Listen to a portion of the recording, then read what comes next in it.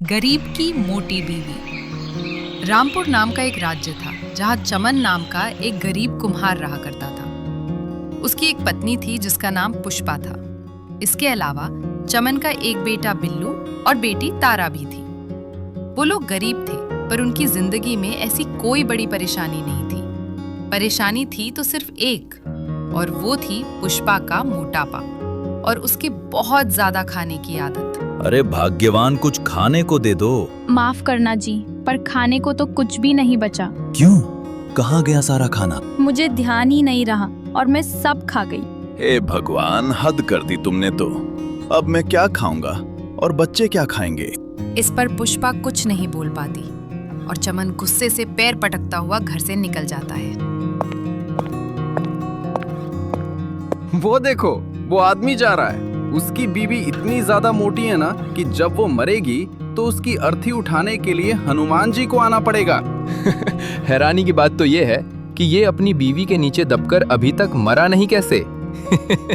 चमन अपनी दुकान लगाता है और काम करना शुरू कर देता है। तभी उसके पास उसका दोस्त गंगाराम आता है। क्या बात है, आज बड़े गुस्से में दिखाई दे रहे हो सुबह सुबह। किसका चेहरा देख लिया? किसका चेहरा देखूंगा? वही अपनी धर्मपत्नी का। पता नहीं उसका नाम पुष्पा किसने रखा। पुष्पा मतलब तो फूल होता है, पर वो तो पर्वत है। पर्वत। उसका बस चले तो मुझे ही खा जाए।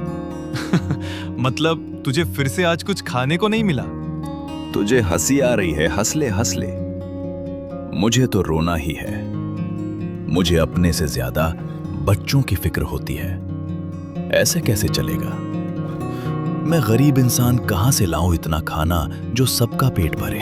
अरे देख, इस समस्या के दो हल हो सकते हैं। पहला तो ये कि तू दूसरा काम कर और ज्यादा पैसे कमा, जिससे सबका पेट भर सके, और नहीं तो अपनी पत्नी का खाना कम करवा।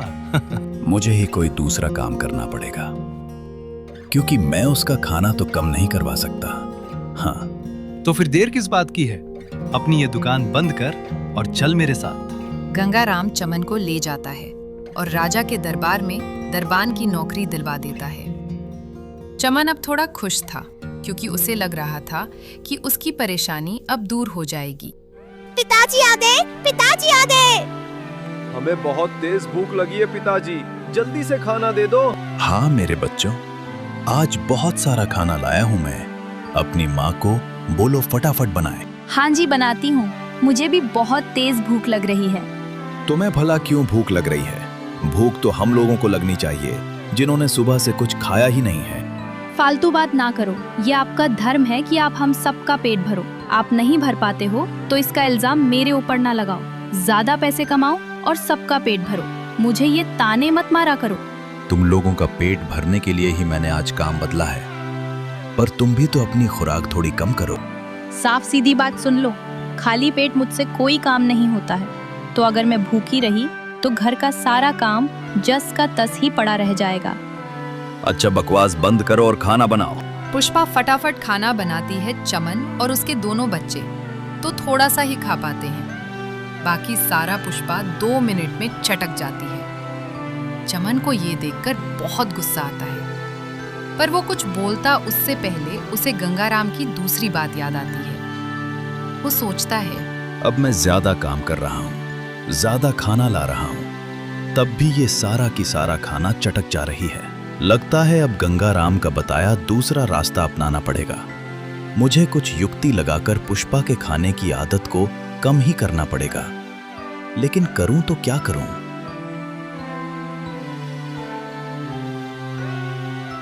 ओहो, आज तो मिर्ची ज्यादा हो गई। तो थोड़ा दो ना माँ। हाँ माँ, बाद में खा लेना। हाँ, पर पेट तो भरना ही है।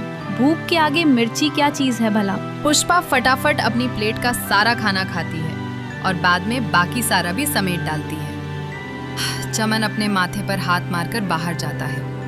अगले दिन वो आधा खाना छिपाने की कोशिश करता है, पर पुष्पा को खुशबू लग जाती है और वो सारा खाना ढूंढकर खा लेती है। कोई फायदा नहीं हुआ गंगाराम। अब मैं बहुत जल्द भूख से मरने वाला हूँ। मेरी अर्थी उठाने आ जाना। हद हो गई यार, इतना भी भला कौन खाता है? तभी राजा के दरबार में एक यात्री आता है और राजा से कहता है, महाराज जी की जय हो। मैंने आपके राज्य का नाम बहुत सुना है। मैंने सुना है यहाँ पर हर तरह के कलाकार और योद्धा मौजूद है जो बड़े से बड़ा काम कर सकते हैं। मैं एक रसोइया हूँ और मैंने एक पकवान बनाया है। क्या आपके राज्य में कोई ऐसा है जो उसको अकेले खत्म कर सके हम? हाँ, बिल्कुल। हमारे राज्य में पहलवानों की कोई कमी नहीं है। तुम्हारे पकवान तो मिनटों में खत्म हो जाएंगे, पर पकवान है कहाँ? आइए, बाहर आइए महाराज, पकवान बाहर हैं। राजा वो रथ देखकर हैरान रह जाता है।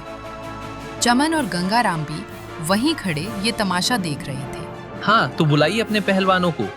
हाँ दरबान, जाओ राज्य के सभी पहलवानों को बुला कर लाओ। चमन और गंगाराम पहलवानों को बुलाकर लाते हैं, पर उस पकवान को खाना तो दूर की बात, कोई पहलवान उस थाल पर छुपे हुए बर्तन तक को हटा नहीं पाते।